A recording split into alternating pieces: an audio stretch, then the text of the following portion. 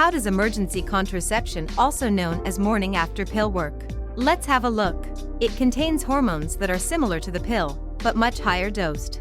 It is intended for emergency use only and is in no way intended to be used as a regular method of contraception. So, how to use it?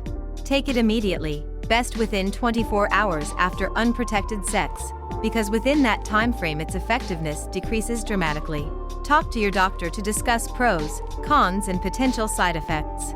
Some pros are: it helps prevent pregnancy in an emergency, for example if the condom broke.